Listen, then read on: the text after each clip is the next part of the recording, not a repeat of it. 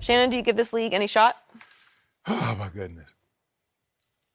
I think in theory, it's a great idea because we realize that the NCAA is making tons and tons of money.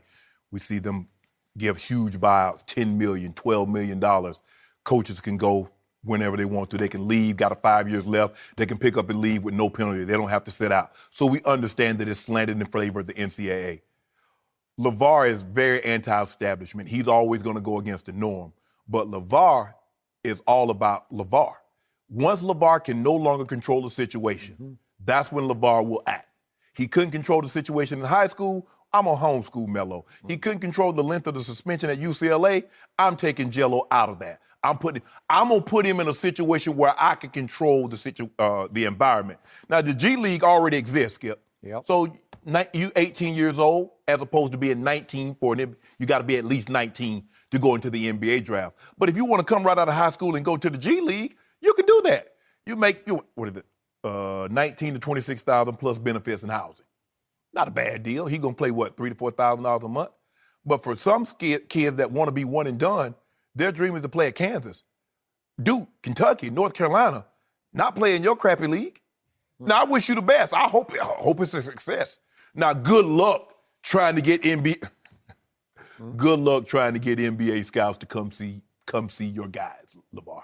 Well, if you got enough of them, I think they would come watch. Skip. If who knows?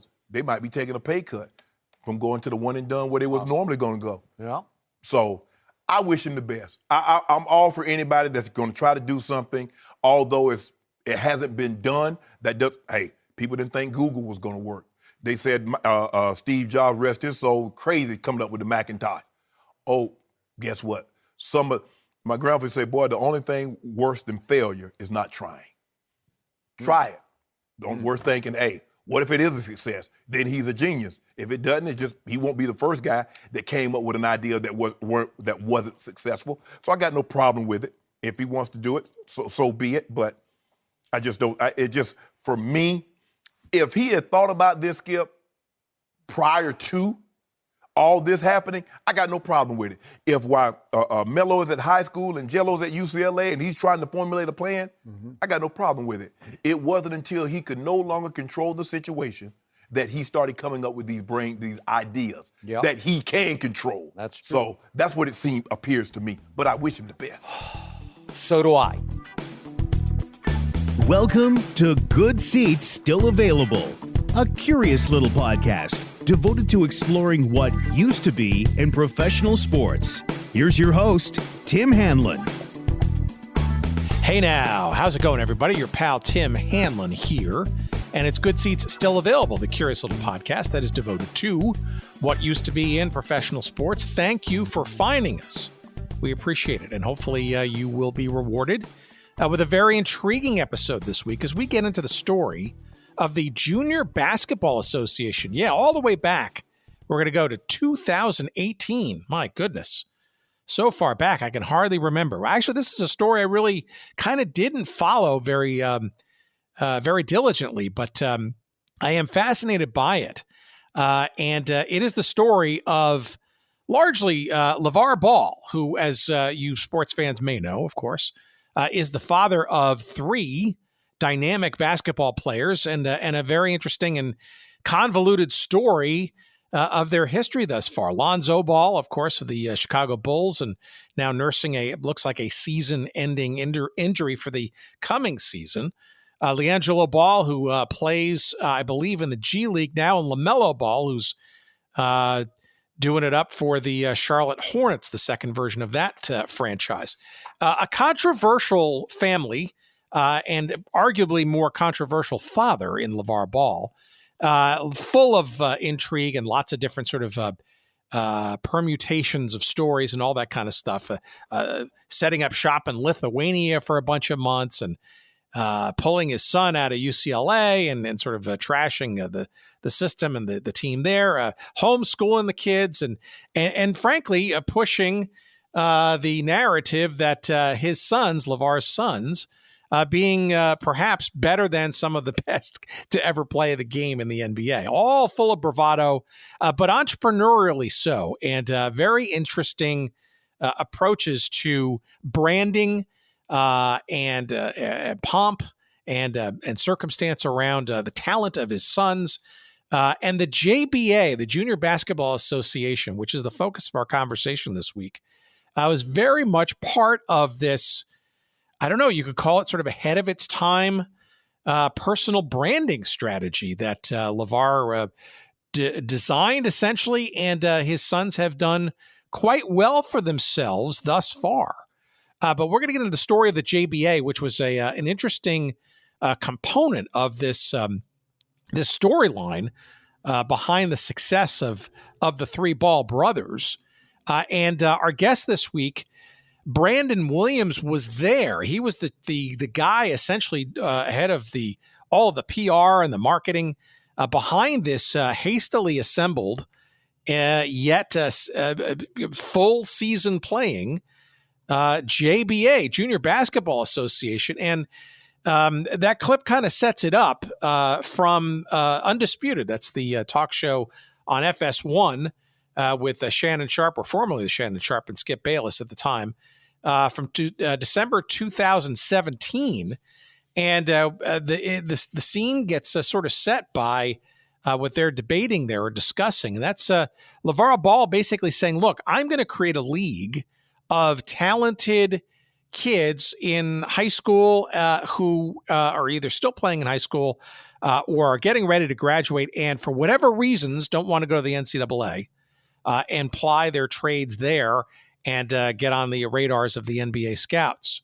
I'm going to create a league, and I'm going to center around at least one, maybe two of my kids, and I'm going to give them a showcase.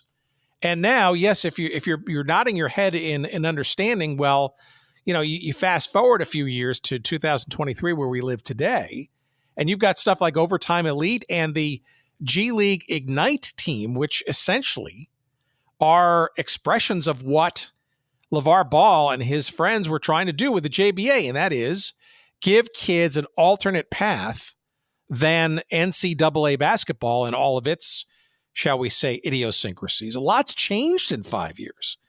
And it's pretty amazing how fast things have changed. And as we get into our conversation this week with Brandon Williams, who has a brand new book out called The JBA League, A League of Our Own, you'll hear the story of its strange creation, its interesting times during the course of the 2018 and only season of this league.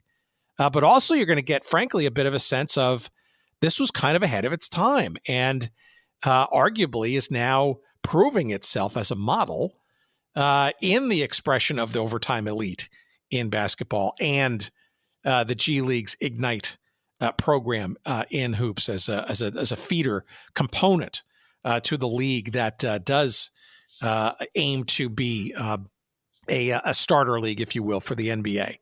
The case in point will be made by Brandon Williams and me in our conversation that the JBA, ill-fated as it might have been and arguably strangely constructed, maybe hastily so, I don't think anybody denies that, maybe had some germs of some ideas there that indeed have been part of the changing landscape when it comes to collegiate into pro athletes. And NIL, I guess, is probably a part of that dynamic as well. So let's go back, and we're going to rewind it to really 2017 when the idea kind of got going. And in 2018 was when this league, the JBA, the Junior Basketball Association, got underway. That's the focus of our conversation this week with our guest, Brandon Williams, coming up in just a moment's time. Before we get there, I want to call out, let's call out one of our friends, our old friends. How about oldschoolshirts.com? Oldschoolshirts.com, promo code GoodSeats, 10% off all of your purchases, and new/old stuff coming all the time. Literally, there was just a note I got from P.F. Wilson and his friends there at oldschoolshirts.com this week, launching a whole bunch of professional softball shirts. If you remember the Detroit Caesars and the Minnesota Goofies, this is a set of softball leagues, professional fast pitch softball, that or slow pitch softball too, I think. In the late 1970s, if you remember, the first ever live sporting event broadcast on ESPN back when it started in 1979 was a live broadcast of a professional pro softball. I just was redundant there. Softball match, live and in living color in your cable sets. Those shirts are gorgeous to look at, some great logos and some head-scratching names. Like I said, the Minnesota Goofies. Those and just tons and tons and tons more of all kinds of teams and leagues no longer with us, as well as all kinds of pop culture references at oldschoolshirts.com. Again, promo code GOODSEATS, 10% off all of your purchases. Check them out regularly. Some great stuff there. And they are actually very attractively priced. They don't gouge you for their quality shirts with ridiculous prices. No. Check them out, oldschoolshirts.com. Thank you to PF and his band of merry women and men there at oldschoolshirts.com. And again, one more time, that promo code GOODSEATS for 10% off all of your purchases. All right, let's waste no more time. Here is our very intriguing and I learned a lot conversation with Brandon Williams. We're going to talk about the Junior Basketball Association, and let's get inside the mind, if it's possible to do so, of LaVar Ball and this entire the shenanigans, if you will, that occurred just 5 years ago. Here's our conversation that we had just last week. Please, as always, enjoy.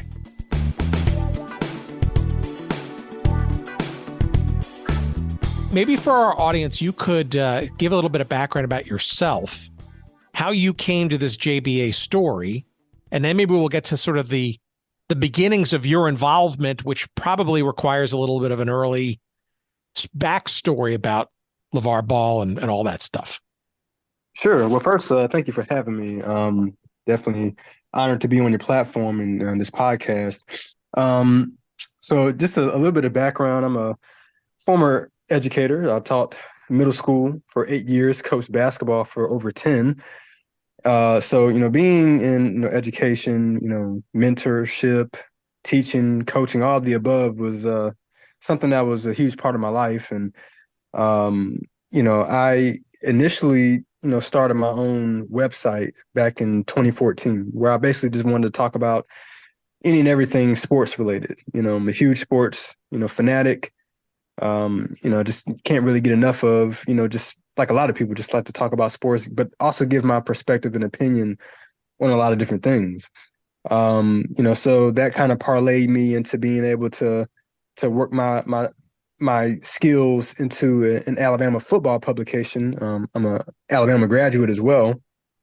And I was able to partner up with, my partners that own a publication called Touchdown Alabama. And we were able to kind of go from what was once a print publication to, one of the leading digital Alabama football formats from a beat perspective, basically. And then that kind of, I know that you want to ask more of an in-depth question, but that kind of translated into getting me into where I was, starting to talk about LaVar Ball as the time kind of went on.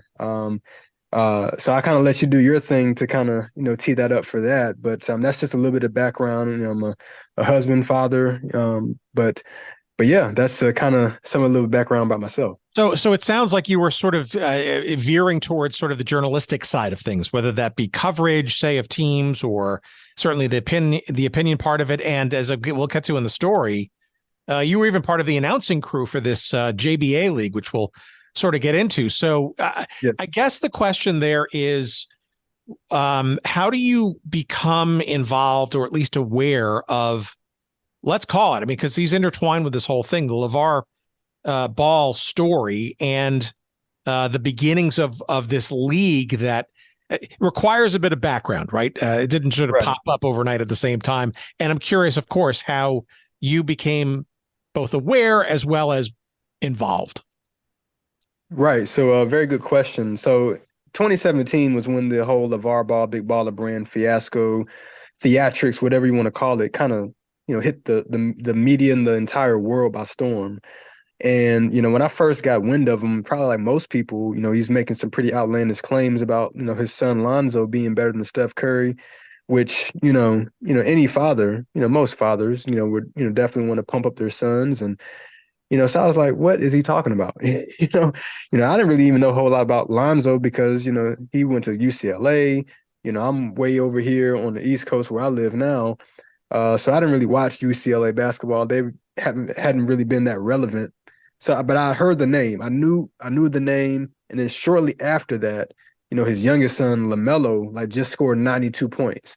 And I was like 92 points, and they were talking about he was cherry picking. So, like my first introduction wasn't really like the best introduction. So I kind of had some not so great viewpoints on him. But this is hitting your sports awareness radar, right? You're learning like everybody else the bravado and the Right. curious stories about the kids playing, right?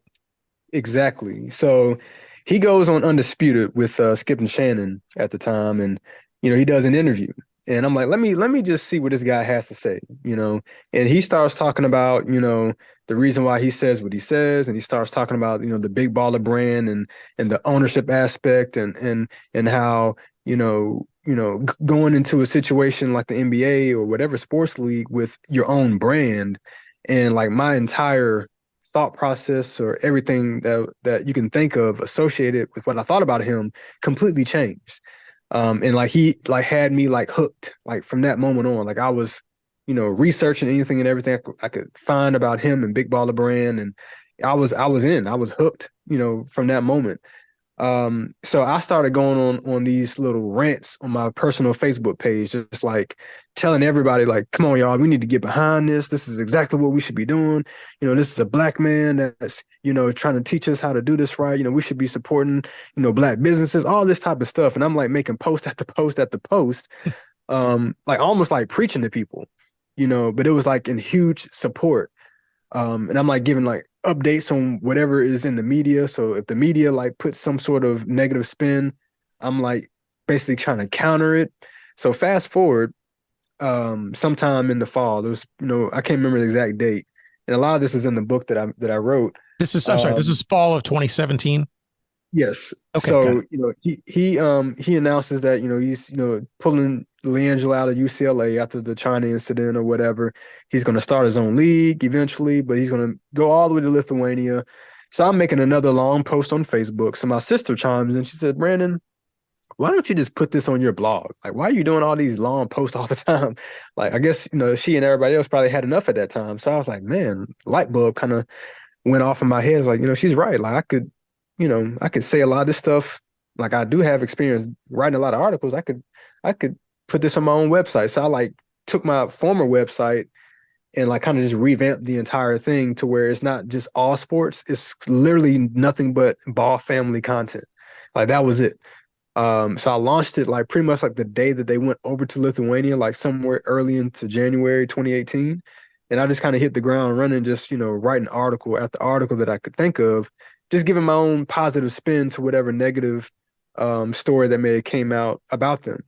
So fast forward a little bit, they kind of got wind of some of my content. And the first big part of that was on February 9th, I believe. I wrote a story about LaVar because he had just announced that he was, about to start a water company in addition to other stuff that Big Baller Brand was a part of. So I'm like, water, that's a big business if you can make it work right. So I wrote an article and the headline was something around LaVar Ball could potentially be a billionaire with Big Baller Brand water, something to that effect. And Big Baller Brand at that time, they never retweeted anything from they weren't like the account that just retweeted anything that you tagged them in or whatever. Like they would retweet a couple ESPN, Slam magazine. It was like 2 or 3 select accounts, and that was it. And then one day, that day, I just like normal press publish on my website, went about my business, and then I like checked my analytics. And like they just like spiked abnormally high. And I was like, what in the world is going on? Like, this is not a bad thing, but I'm just like, what happened? So I go to Twitter and I find out that the Big Baller Brand account retweeted my story. And then I didn't even realize until the next day that LaVar actually retweeted it first. And then the Big Baller Brand account retweeted it after. So he retweeted it and then they retweeted it. And I was like, okay, I think I have something here. So to answer your question about how I even got, enthralled or thrown into the JBA, they were having tryouts in April of 2018, and I'm over here in North Carolina, and the closest that I could get to was Atlanta. So I said, okay, I'm on these guys' radar. They, LaVar, he's been on camera because they had a reality TV show on Facebook that they had the camera was showing him like on my Twitter timeline reading my tweets. So I'm like, okay, he knows who I am. Let me just drive to Atlanta and just show my face, and hopefully I can run into them and see if they will let me be a part of something that they have going on. So long story short, I go to Atlanta on a whim. I kind of worked the event a little bit. I talked to Alan, who was LaVar's director of Big Baller Brand at the time. And, after the event was over, he was like, hey, you want to come to lunch with us? And I was like, yeah. So the rest was history from there. All right, let's back up before we sort of get into the nitty gritty here. So Sure. What is it about this guy, LaVar Ball, that if you will, and I think in your words, turned you around or kind of it got you sort of moving in a more positive and supportive direction? Because it would seem to the outsider, right, that a lot, and I think a lot since then, right, too. A lot of this is bravado, a lot of hype, almost manic to a point, right? Got a water brand there and the big baller thing and the high price sneakers there, and I'm gonna take my kids, I'm going to play in Lithuania to give them a better, versus it sounds like it's a lot. Like, how do you sort of take all of that sort of manic bravado, shall we say, and sort of see opportunity and positivity in all of that? Well, I was looking at the bigger picture, and for me, minorities, this is not something that was typical, especially when you're talking about getting into a shoe and apparel space, like literally like that was a threat, maybe a small threat, but it had to start from somewhere to the big shoe apparel companies, Nike, Adidas, Under Armour at the time. And when the wave first hit, like it was literally like it took the entire sports world by storm. And I was like, this could be absolutely revolutionary, that we actually see a 18, 19-year-old rookie come into the league with his own brand and his own signature shoe. Like, this was something I had never seen. I didn't think I'd ever see anything like that. And it started thinking, like, what if LeBron would have did this? What if who else was big? Kobe or somebody, like, what if they would have done something like that? Like, who knows? Like, LeBron, he signed $1 billion lifetime deal with Nike, but I mean, if he already would have decided to come into the league as big and hyped as he was at 18, who knows? I mean, so I was like, man, this is something that is so unprecedented, and he is like just saying basically screw everybody else who thinks otherwise, who wants us to sign with Nike or Adidas or Under Armour. Like, we're going to do our own thing. Like, it just spoke to my spirit in a way that I hadn't been inspired like that. I can't even tell you the last time I've been inspired in that type of way. And it just moved me. I was completely moved. And I just wanted to be a part of it in some kind of way. Well, that actually makes a whole lot of sense, right? But it also is predicated on a belief, right, that these three kids of his, relatively unknown, right, prior to sort of all of this, right, yet with some buzz and some stats, right, and getting some scouting stories out there, it still feels a bit of a stretch, right, where these three unknown kids, or two kids and one coming through the pipeline. I mean, all of this sounds really impressive and really compelling if the talent of these kids is part of the mixture, right? So I guess the skeptic would say, and this is my fault for not sort of having paid a dramatic amount of attention back when this was sort of happening, but one has to really believe a lot of things for this to be real. I get it from a business perspective, but if the kids aren't like worth it, if the kids aren't all that, a big baller brand and all that stuff may, I don't know. It seems like a lot to kind of hang your hat on to believe that's going to sort of all pan out. Right. And that was the beauty of it because, you know, the hype was real. And I think when they first saw it, you know, I don't know the exact day or time that they started the Big Baller brand. I want to say it was sometime in 2016, but it started with just some T-shirts, and they were just selling out every venue that they were having a high school game on. So you got 3 high school kids that are like drawing like college game crowds. It was like ridiculous. They had lines out of the door. Then you launch a website, and you start selling these T-shirts and sweaters or whatever, like from your house, and it gets so big to the point where you start to build a warehouse.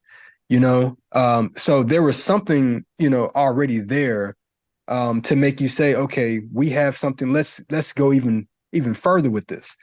And not like to your point. I mean, Lonzo was really good. Like he was projected to be at worst the second overall pick, which he ended up going number 2 to the Lakers.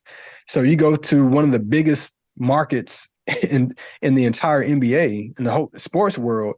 Like it lined up almost perfectly for them to be able to launch this and to do it in the way that they did. Now you can argue whether they did it too fast and it wasn't as prepared as they probably could have been.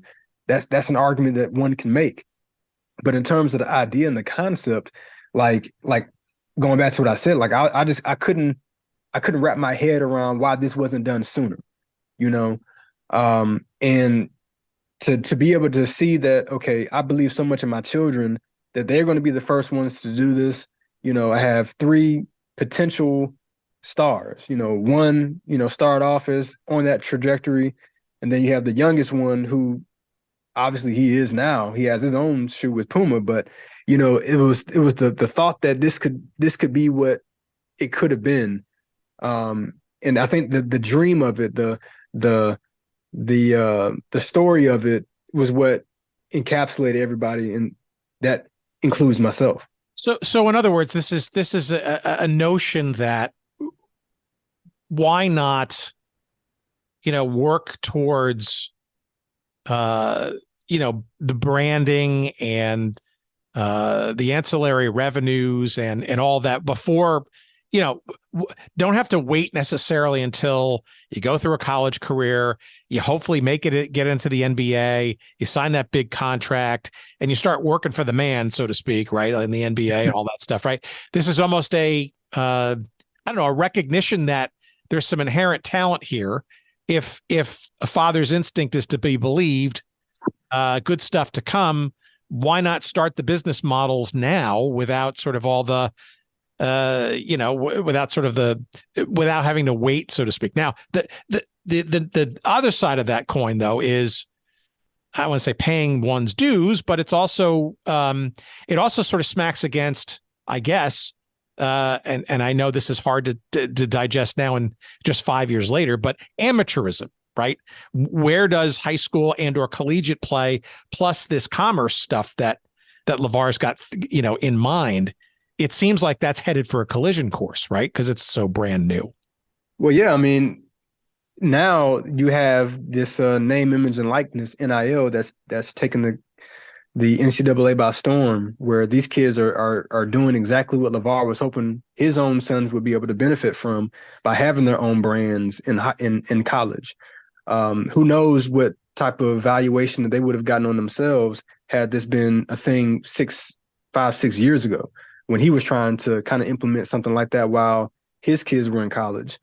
But nowadays, I mean, you're seeing, some of these guys get, upwards of 7-8 figure deals as college students. This wasn't even a thought, back when he was doing it. But I think, he was one of the first to kind of really push the envelope to open up the door for, people to say, hey, man, like, why should we have to wait until we get into the NBA or whatever our professional sport is and profit off of, like you mentioned, building up our own commerce and business. Why should we have to wait? We're able to profit now. Like, why does one entity get to decide who can profit and who can't? It's really not, just, it's not, it's not what the quote unquote American way should be, or it's never not even built upon those principles. But there was an entity basically controlling, saying that, oh, this has to be amateurism while they're profiting off of these same amateurs selling jerseys and all types of stuff. It was just a big double standard that eventually, turned on its head. And now we have the floodgates have been open. So you can, I don't want to say you give him direct credit for that, but you can, point to him as an individual, a key individual that kind of helped, knock the door or kind of helped push the door down a little bit more than what everybody else was already kind of knocking on it. Well, okay, so walk us through where you were sort of. So, there's a lot of sort of moving pieces to this entire story, and we certainly don't have time to sort of get into it here. But there's plenty of ink spilled on how this whole thing sort of came about. But let's talk about Lithuania, because the rationale of LaVar and his sons was basically an amalgam of, hey, the UCLA thing wasn't working out for one of them. He's got, he wants to kind of be more in control of the kid's destiny, perhaps creating a platform or being unencumbered, shall we say, by the NCAA or the current United States system, and going to Europe, in particular Lithuania. Maybe a little bit of background as to what was going on there, because this is also, frankly, around the time that the seeds of this JBA was coming into play as well. Yeah, no, that was quite the curveball. And I wasn't really expecting, or really, I didn't know. I mean, I don't think anybody could have thought that, his middle child, LiAngelo, would have, put himself and his family in a situation where a move like that would have had to be made. And I kind of touched on that a little bit in the book as well. But before that, he actually pulled LaMelo out of high school, which kind of, spearheaded something, because he needed somewhere to play, So the next thing was, okay, LiAngelo gets in this trouble. So now both of these guys need to play, and they need to play fast. So what's the next thing I need to do? Well, if there's nothing like this in America for, two teenage kids that are really good to play outside of high school and college, well, let's go overseas. And the only few countries or places that were available was Lithuania. And what I didn't know, and I was, pretty ignorant to this, was that, the league that they were playing in was actually one of the top leagues in the entire world. They weren't playing on one of the top teams, but the league itself was pretty reputable. But you still have a 16-year-old and an 18-year-old, basically, 18, 19-year-old trying to find themselves in a fully fledged professional league. And you have a father of a big brand, basically saying, okay, this is how I want things to go. So it was a lot of moving pieces that was taking place. But the biggest part of that was, I need my boys to play somewhere, and I need them to remain relevant in the eyes of the basketball community. So that's where Lithuania comes in, while I'm working on this whole JBA League to kind of get at least one of them ready for that. So in essence, what's happening here is that there is little to no, at least in his mind, place for kids literally who either can't or don't want to go through either the high school or certainly the college route to make that next step into presumably the greatest basketball league in the world, the NBA. Right. But the G League, then known as the D League, did exist around this time, didn't it? Or wasn't there a developmental league of sorts that the NBA was trying to get off the ground at that time? Or was that still, why was that potentially, based on your knowledge, not an option? Because it seems like the NBA for years has been trying to kind of create that separate, parallel, alternate path into the league. Right. I can't speak to all of the nuances of that, but I do know that the G League, they like, most professional leagues have some sort of an entry requirement. So, the NBA in and of itself has a age requirement, as well as, you have to be so many years removed from high school before you can even participate. So I don't think either one of them fit both of those.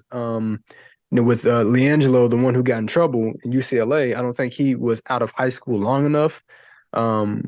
he may have fit the age requirement being, almost 19.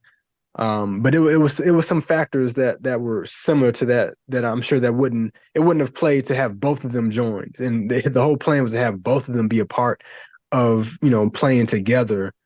And that was where, but you make a good point, and we might be jumping ahead just a tad, because the G League, they were actually trying to work something similar to what the JBA League model was doing, which is where this program that they implemented literally like right after we finished our season, was basically stated that, top high school prospects, or if you don't want to go to college, you can join the G League for a six-figure salary, basically, if you're like a top level prospect.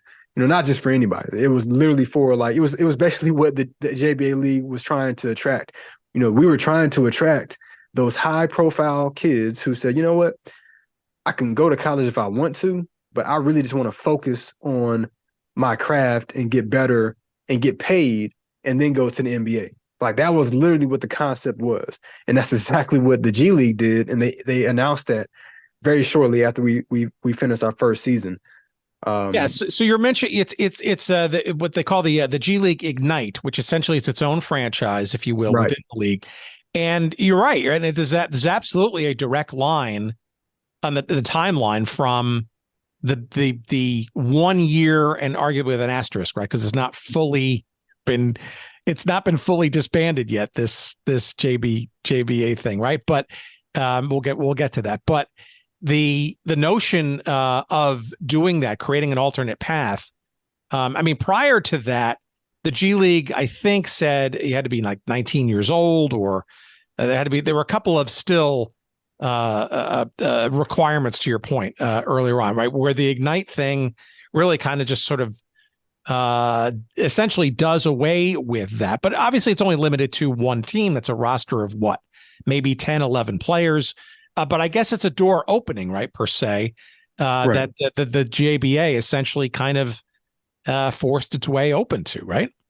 Right. Yeah. And that's something that, we took, a lot of pride in. I know I can speak for myself in saying that, we were pioneers in this whole, alternative route to the NCAA, concept. And now you have the overtime elite, which actually just had two twin brothers that got drafted in the top 5 or 6 in this past NBA draft. They really took pretty much almost the exact same, model that we had. Exactly. And kudos to them. I don't have any issue with that. But I want people to know that, there was a league that started before these other ones kind of did that. We were the first to provide this for players who wanted to have an alternative and say, you know what? Yeah, the NCAA is cool.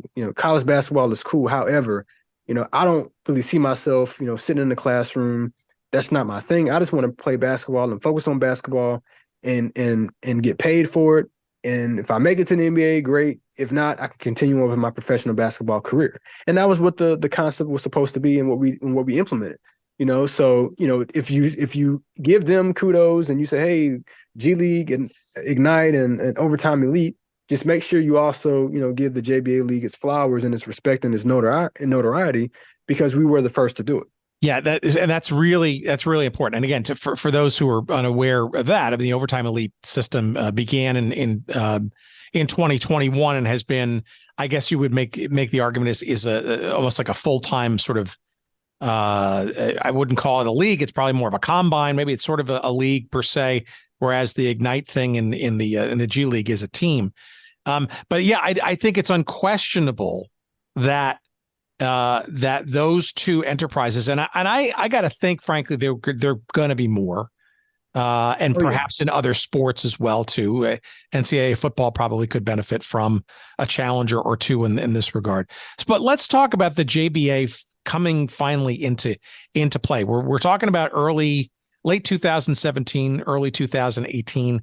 You're kind of in the mixing bowl. You're on a radar there with team ball and such. The Lithuania thing essentially kind of comes crashing to a halt. And it's almost like LaVar is got to figure out yet another place for his kids to play. Why do you think a league, and how does this thing come together, and how do you get more specifically involved? And I'm assuming maybe a paycheck or two. Yeah, it was a wild ride, man. And I told you I went to the tryout in Atlanta, and I went out to lunch with him afterwards. And the next step with that was to have a phone call with Alan, like I mentioned, who was at that time the director of Big Baller Brand. He kind of oversaw pretty much every aspect of those different phases of the business. Whether it's the brand itself, the JBA League, and they were coming out with the water company, rims and tires, all types of stuff. So he was the director, and he ran pretty much all of those different entities. So we had a conversation a few days or so after our face-to-face meeting, and it was about at least 2 hours long. And he asked me where he felt I could fit, and I kind of just told him what I thought. I asked some people what they thought, and they said, "Hey, you probably be good at public relations or that type of thing. You do a lot of writing and say a lot of positive stuff." Little did I know what public relations really entailed, and that I had zero experience in being an actual PR director. But that's, we can get to that later. But that's essentially what we fell on. And that was probably the conversation. I can't remember the exact date off the top of my head, but the end of the conversation is like, okay, when can you come to LA this weekend? We have a big meeting with all the staff. LiAngelo and LaMelo, they're coming back in town from Lithuania. We're having like a coming home party for them. Can you make it? So I fly out to LA and I meet with the JBA staff, which I didn't know up until that point was literally like 5-6 people. Like that was the entire staff. Like in terms of the ones who were going to kind of help create and get this league off the ground, it was 6-7 people, which 2 of them actually, ended up leaving. So, you're talking about creating an entire league with a handful of people.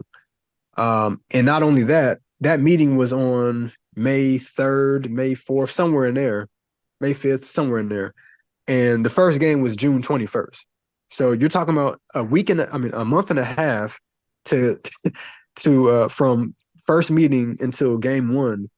Like that's the timeline, That's what we had to work with to make sure we had marketing situated, to make sure that we had all the players and the coaches sorted out, and getting the arenas and everything, like all the aspects of creating a league and making sure that it can function properly. Like there was stuff that we were still trying to tie up loose ends up until tip off, basically. Like it was literally one of the most stressful things that I've been a part of. And I don't think a lot of people really know what we really did to get all that into fruition. It was a lot. I never did any. Where was, were you in an office? Like, were there like the 8 or 10 of you sort of like all in one place? Were you running all around the country? And who's doing the logistics? Who's doing the naming of the teams, and who's doing the recruiting of the players and the coaches? I just let us in on some of that. I know the book sort of gets into that, but yeah. So I didn't dive into too much of the nuances of every person who did what. But Wayne Marino, he was a legendary coach in the LA area. He was our one of the directors who kind of handled like the picking out of the coaches and getting the arenas and all that kind of situated. That was kind of what his role was. And then you had Brianna Sims, who she was from Dallas. She ended up moving out to the LA area. So you had some people that were stationed out there. Myself, I was still teaching. So I was, working like, literally around the clock, had to teach, but I was still kind of doing stuff while I was teaching. And then when I got off, I had to work, from the time I got off till nighttime, till it's time to go to bed, until my teaching duties were over. And then Alan Bell, who goes by AB the Hero, he was one of the other guys. He's my commentating partner. He was living in Indiana at the time.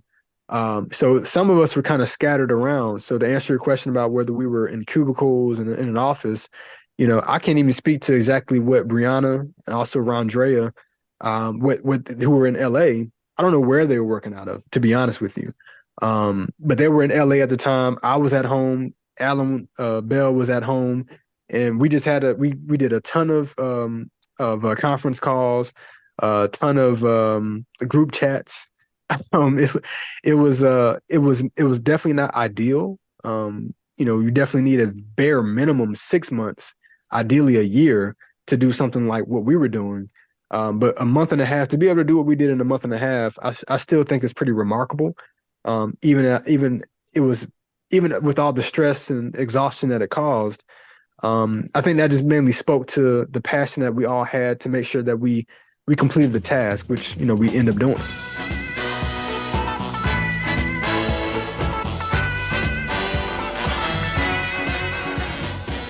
All right, what's this? DraftKings Sportsbook. All right, welcome to the proceedings, DraftKings Sportsbook. Hey, if you're a college football fan like I am, you probably already got your palate teased by some very interesting Week 0 games this weekend.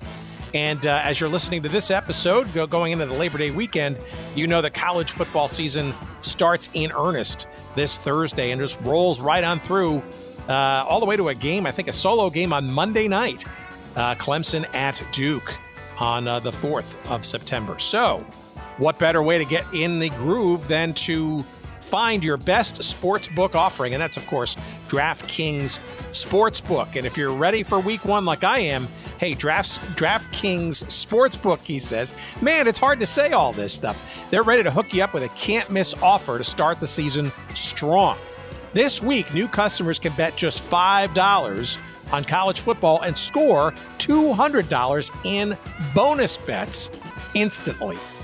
So, life is more fun when you're in on the action. So download the DraftKings Sportsbook app now and use the code GOODSEATS and make sure that you get $200 in bonus bets. Bonus bets. Yes, he said that. Bonus bets instantly. You try to do this, friends. It's not so simple. When you bet just $5 on college football. And again, that's only on DraftKings Sportsbook. Use the code GOODSEATS. Hey, DraftKings Sportsbook, the crown is yours. Gambling problem? Call 1-800-GAMBLER or visit 1-800-GAMBLER.net. In New York, call 877-8-HOPE-NY or text HOPE-NY 467-369. In Connecticut, help is available for problem gambling by calling 888-789-7777 or visit ccpg.org. Please play responsibly. On behalf of Boot Hill Casino and Resort, Kansas. 21 plus of age, varies by jurisdiction. Void in Ontario. See dkng.co/football for eligibility, terms, and responsible gaming resources. Bonus bets expire 7 days after issuance. Eligibility and deposit restrictions apply. Now, back to our conversation. So you were part of the PR, but you also part of the broadcasts. How were those set up? And where were these arenas being found, and how are they being paid for, and all that kind of stuff? And I'm guessing the Big Baller brand was kind of sort of the engine somehow behind it, right? Because that was in theory was generating some revenue from merchandise and such. Yes. So Big Baller brand, essentially, we were funding the majority of the league on our own. We did have Facebook, who was our partner in terms of like TV, if you want to call it. But they were our production partner. So we streamed our games on the Facebook Watch platform. So I got to go to the Facebook studios in LA, and I met with our liaison basically, and some of the other staff from Facebook that were going to help us with it. So they financed a little bit of it, but it was primarily financed by Big Baller brand itself. So we played in a lot of professional arenas that the G League played in, WNBA, some college arenas. But that was supposed to be the draw. This is a legit pro league. We're playing in legit arenas. Like that was supposed to be, the calling card to this whole thing. And there were some missteps in that, to be honest with you. But, that was what the draw and the appeal was supposed to be. No, I know like circa, I guess it was like maybe December 2017 when it really was sort of kind of announced that this thing was gonna happen, and obviously there are plenty of naysayers, and also, frankly, a whole bunch of folks who said, yeah, this is it. The time has come. NCAA needs some challenge and some reform and all that kind of stuff. So the publicity, both negative and positive, right? It's the proverbial, there's no bad publicity, right? Especially when things are getting going. People are buzzing, people are talking, people sort of latch on to the idea. But I guess this is maybe a more pointed question for you, given that you were sort of dealing with communications and media and PR and all that kind of stuff. How do you, or do you, or can you handle LaVar in all of this, right? Because, obviously he's a one-man kind of show, and he's going to be doing what he's going to be doing, right? And that could be a lot of promise and not a lot of delivery, or saying that things are going to do this and that, and maybe the home office is going, wait a minute, how are we going to do all that? How do you? He's probably your best advocate and your biggest draw, but he's also probably your biggest liability too if he steps awry or says things that don't necessarily come to fruition. Well, what I can say is, LaVar pretty much stuck to the script. He had his own way of saying it, but whatever the talking point was, like, he made sure to get the message out exactly how we wanted it to. Now, what I will say, and what I wish that, we would have done looking back at it, was that if we actually had somebody who was experienced in PR, especially from, the outset, we would have probably would have helped a little bit. Because that was where I struggled mightily, and I spoke about those struggles in the book in detail. I literally had no idea what all that entailed with actually doing PR the right way. But not only that, I just had too many hats to wear. I was a in-game commentator. Imagine calling 2 games a night. So that's 4+ hours of my time. Then you have to prep for that. I was doing social media. I actually had to set up the live streams just for us to be on Facebook, for our games to even be watched. I was responsible for that. I had to write the bios for the players. Like, there were so many things that a lot of people just didn't know that I did specifically. So if we needed someone just solely for PR, and that's your job, you are the PR person for the league, and your job is to make sure that all eyes and all ears know about the JBA, and the message gets out. Like, I wish that we could have had that from day one, because I really felt like we missed a lot on that. I think, and I don't know this as fact, but I think, from knowing, Allen and the brass there, was that LaVar and Big Baller Brand is such a big name that if we just speak it and we just put a 15-second video on Instagram or whatever on Twitter, like, the people will come. They'll just show up because, it's LaVar, it's LaMelo, and it's Big Baller Brand.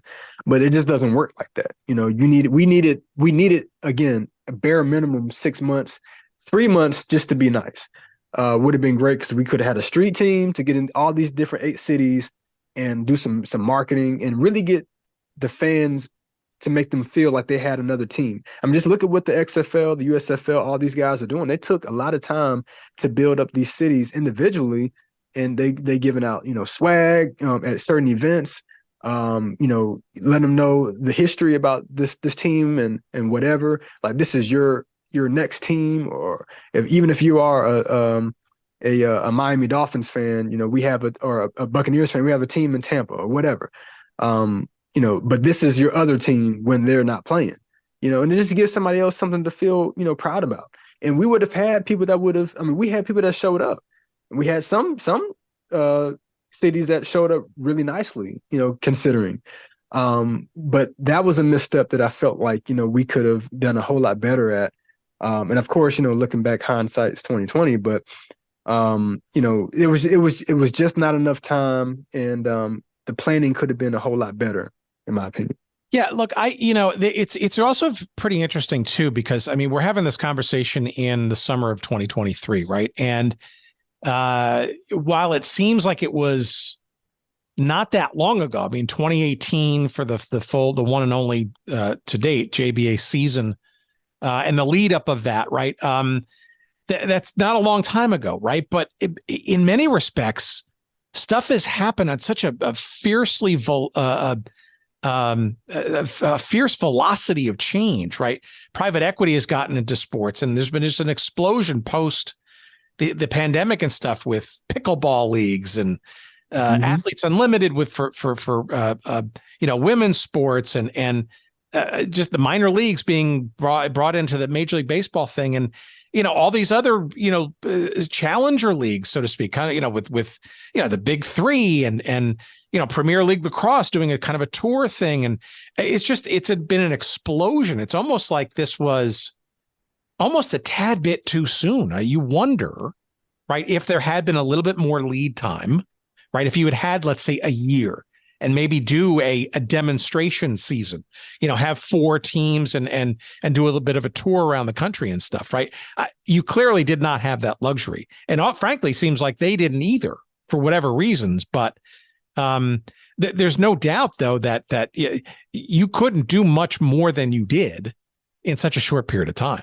Yeah, I mean, I still marvel at what we were able to accomplish. And, one of the things that I always speak to when people ask me or kind of, infer about some of this stuff is, the first thing is we completed the season. I was talking to somebody recently on another podcast. You had the AFL a few years ago where they started and then they had to, stop the season after you mean the AAC, the Alliance of American Football, AAFL, yeah. So, but we went through the full season, had an Ausar game, had a playoffs, and we even did a spinoff international tour. So regardless of whether we did a second season or not, we still completed and accomplished, from start to finish. From day one of the season, we finished the full season. With all those things that I just mentioned, all the things that you just, elocuted yourself, needing additional time, better marketing, bigger staff, all of these different factors that go into this, we still managed to make it through to the end, to the end. And that's not an easy feat or task. I mean, It was very difficult. No, let's talk about that for a second. Because, I mean, you had 8 cities, right? Was it 8 or 10? 10 cities. Was it 8 cities? 8 teams. I'm sorry, but there were 10 different arenas. I'm sorry, I get that mixed up. But this was all across the country. You were in Seattle and Las Vegas and in metropolitan Los Angeles. You had teams in New York and DC and Chicago and Atlanta, 2 in Texas. The travel alone had to be absolutely insane, right? Pricing tickets. How that gets done, right? But frankly, I mean, you look at the indeed all these games. It looks like you played double headers and stuff, and trying to kind of keep. But give us a sense of sort of what it was like. This was, how long of a period of time was this? Like, how long was the season? What was sort of like the game? The day of game kind of thing. How many people were you seeing in the stands? Right. That kind of stuff. Give us a little bit of a feel of what the games were actually like. Yeah. So, it's funny you mentioned the travel. So the season itself was a little bit over 2 months, somewhere around that time frame. And it was the word that I'll summarize it all up was just exhausting. The whole season was just so exhausting due to that type of travel. And personally, I never did that type of travel ever. I obviously flew on a plane, quite a few times, but you get a newfound respect for a lot of these athletes who, or whoever might do this, but definitely these athletes who go and they perform one night, even entertainers, they perform one night and then have to go and perform the next night. So for me as a broadcaster, and you're not used to talking for that long. Like I said, one game is 2 hours because we were playing like NBA rules, 48 minutes. So one game is 2+ hours, and then you got to go right back to back and cover do another game for another 2+ hours. So that's essentially 4.5 to 5 hours worth of talking time.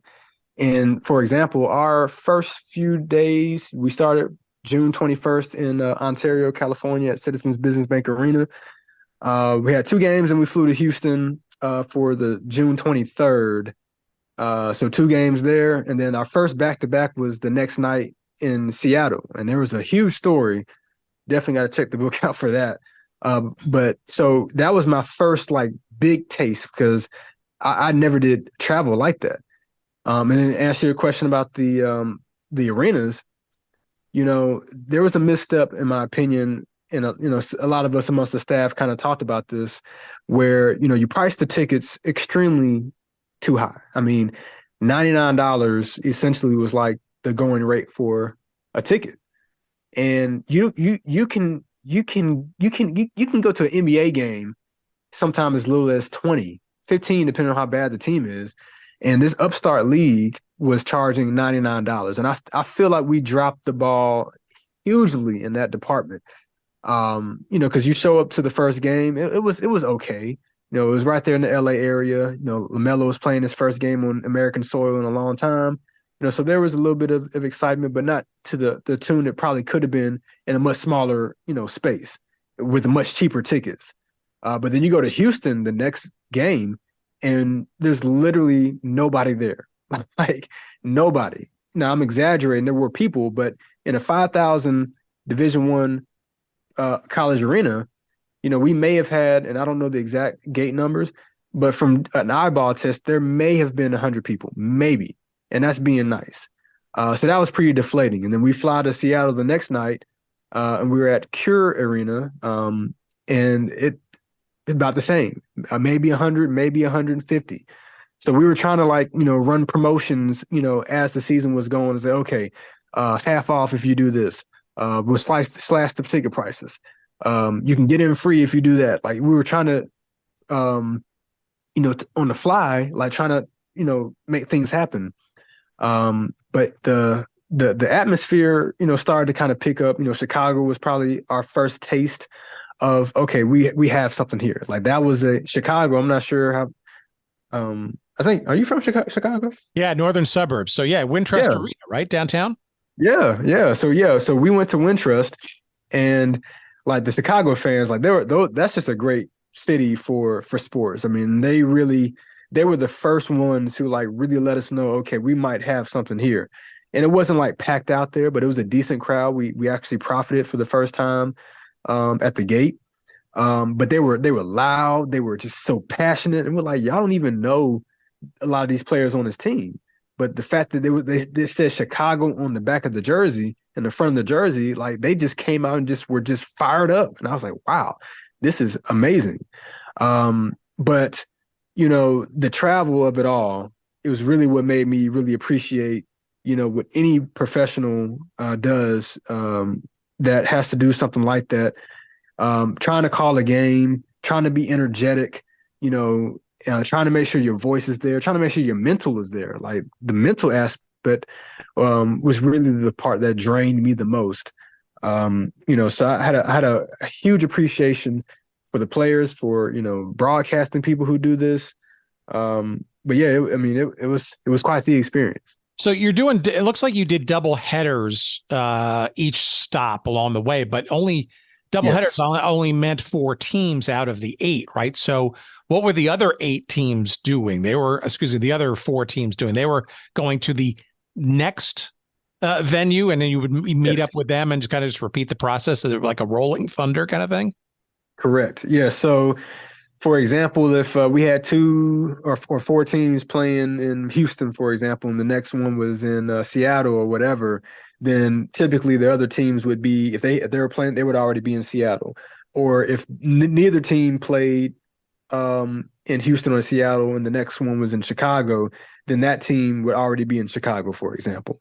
So yeah, that's kind of how that worked. So it was a lot of travel that took place, a lot of airline miles that racked up.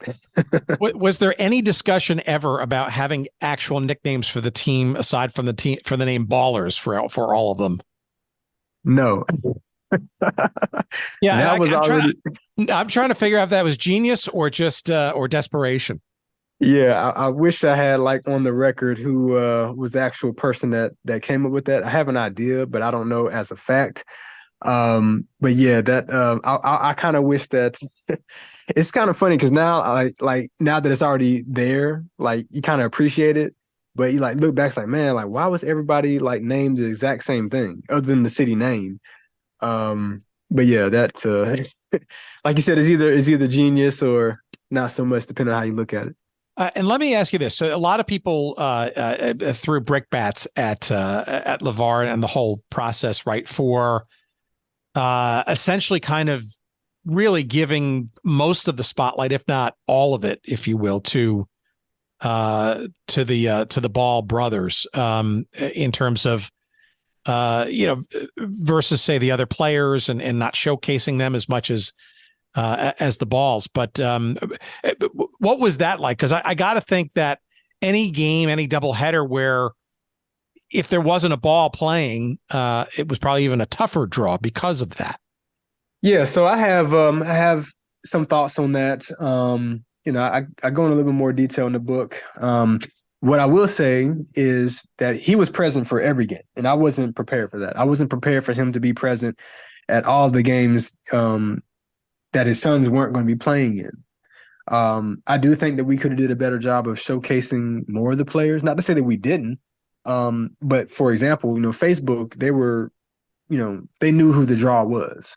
LaMelo was going to be the draw. We named him the marquee player before he even dribbled the ball in our league, but we knew that, he was, he had 2 whatever million Instagram followers at that time, extremely popular with the demographic that we were trying to attract. So we kind of had to play, our superstar card,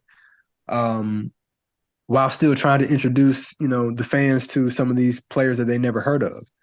But I think it was a little bit difficult, at least for me, to kind of, see the commissioner kind of openly root for a team in the league, understanding that, yes, your sons do play on it. But I think that it could have been done a better way, just so that you don't have people that kind of tried to make it seem like we did something unethical. Because there was a few people that tried to make it seem like we were trying to inflate stats for LaMelo or make the LA team, better than what they were, which is completely false and untrue. But when you have stuff like that, it kind of opens the door for people to kind of make those types of claims. So again, there's some missteps, that I feel like, if we could do it all over again or have a second season and say, hey, LaVar, these are just some things that we probably think we could probably do better. Let's kind of refrain from this and let's kind of, stick to that. Having those conversations, I think that he would have been open to some of that. But we just didn't have that opportunity. Well, we're going to obviously encourage people to get the book because there's a whole lot more sort of underneath the surface there. And I'm sure there's some comical and interesting things, and frankly, some things that are still questionable in certain people's minds, right? I guess I would sort of generally sort of say, how do you, given all of that and given the craziness of it and given the relatively lightly attended part of it, you did get a season under your belt. But how do you, and then the people that you work with, perhaps maybe LaVar, I don't know how much you keep in touch with them or whatever, but what is your sense of things like Overtime Elite and the G League Ignite thing and stuff, right? It's on one level, it's got to feel like justification, right? Like, what, we were on to something and we were on the right path here. Perhaps it wasn't executed fully to the way we should have. Perhaps it was a little too early before its time.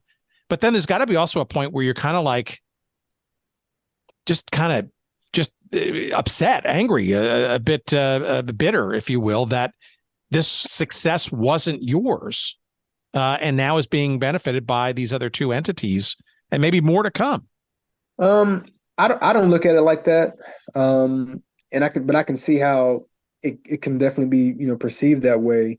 I think what we did was open up the door, regardless of how far we could have gone with it. That obviously, is a thing in the past. And I wish that we would have had an opportunity. But I think us kind of showing the people that it can be done and there's a blueprint to it. And if you do take the proper time and to analyze and research and kind of, formulate it better, it can be successful. And we're seeing that, play out right in front of us. I think, LaVar probably just wanted to make sure that, his boys, just had a path to get to where they needed to go. And, if it lasted a season, in his mind, hey, it is what it is. I did my job. But from a more macro type lens or whatever, you know, I don't look at it and say, man, you know, why do they have to do this, or why didn't the overtime elite, why don't they give us credit? I mean, what's understood doesn't have to be explained, and that's where I come in to say, you know what, more power to the G League, more power to the overtime elite, but just remember who started it. Just remember who was the first to dare to do it. Regardless if you may have had an idea to do it, you didn't do it before we did. We were the ones who took a chance and said, you know what, regardless if it works or not, we're going to at least show people that this is something that's long overdue. This is something that, other countries have been doing in a lot of ways, having, amateurs, play professionally. We should have already had this on American soil, years before we even did it. But LaVar Ball, Big Baller Brand, the JBA League was the first to say, you know what, we're going to be the ones to do it. And the individuals, who were a part of it, the players, the coaches, the JBA staff, the interns, all of us were the ones, who, thought enough of it to sacrifice our entire summer, our families, our friends, our children, whatever, to make sure that it happened, so that the G League and so that the overtime elites and whatever league might come after that can have something, and it benefits everybody, and our story will be told.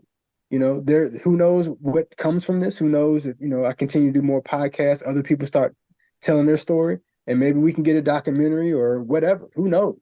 But I do want to make sure that we're not forgotten. And I don't think we will be. I think that, you're at some point, somebody's going to have to point back and say, you know what? I think that the G League did this, but somebody else did this for, who was it? That's that LaVar Ball guy. Yeah. Whatever happened with that? And then now you have someone like myself and others that can kind of give more information, and go in even more depth about, what all it took just to get it off the ground. All right, last question. Given what you've experienced, given the pioneering spirit and what you were able to achieve with this JBA, what do you think the future of NCAA basketball is? And do we think that there's going to be more challenge and or alternate paths to the NCAA? It just seems like the NCAA is on the ropes on a whole lot of different fronts right now. Yeah, and I think that's the reason why they started to loosen up some of their reins, because I think more of these types of situations were going to happen. You saw LaMelo, and others going overseas to play professional basketball. He went to Australia to play in the NBL. Other players, followed suit. Not as many, but you start to see that path. So you bring the NIL in to say, you know what, let's go ahead and just bite the bullet on this. We've profited and made hand over fist money for years. Kind of being the monopoly. We can kind of let the players kind of get a piece of the pie as well. So let them make money off their name, image, and likeness, if it means that we can still eat a big, large pot. Because otherwise, why wouldn't these conferences just disband from the NCAA and just band together and just play each other without having this big entity trying to rule over them? So I think at some point it might get to that, but this at least slows down the process. But the JBA and all these other leagues that are starting to come up or that have come and been around, they will kind of make sure that the NCAA kind of stays on its toes. But I don't think that with there's so much tradition with a lot of these universities, it'll be very difficult for them to kind of for people to kind of just go a different route other than the typical college route.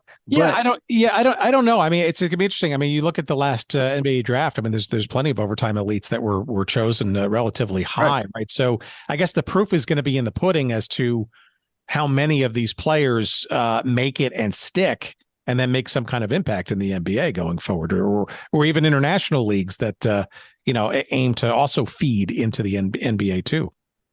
Right. Well, I think it needed to be on American soil. I mean, we're the most popular sports country basically, with a lot of different sports that we offer. But for basketball and football and all these different sports that are, popularized, here, especially, there had to be something that started over here, so for, the JBA League to be the first of its kind to do so on American soil, especially, I think, like I said, it just opens up the door for so many others to kind of come in and say, you know what, we may not need to be as large as the NBA or Overtime Elite or whomever, but, we can still offer, a lot of the similar stuff that they do and compensate and give an alternative path and be reputable. So I'm with you. I think we're starting to see a little bit more of that here in the future.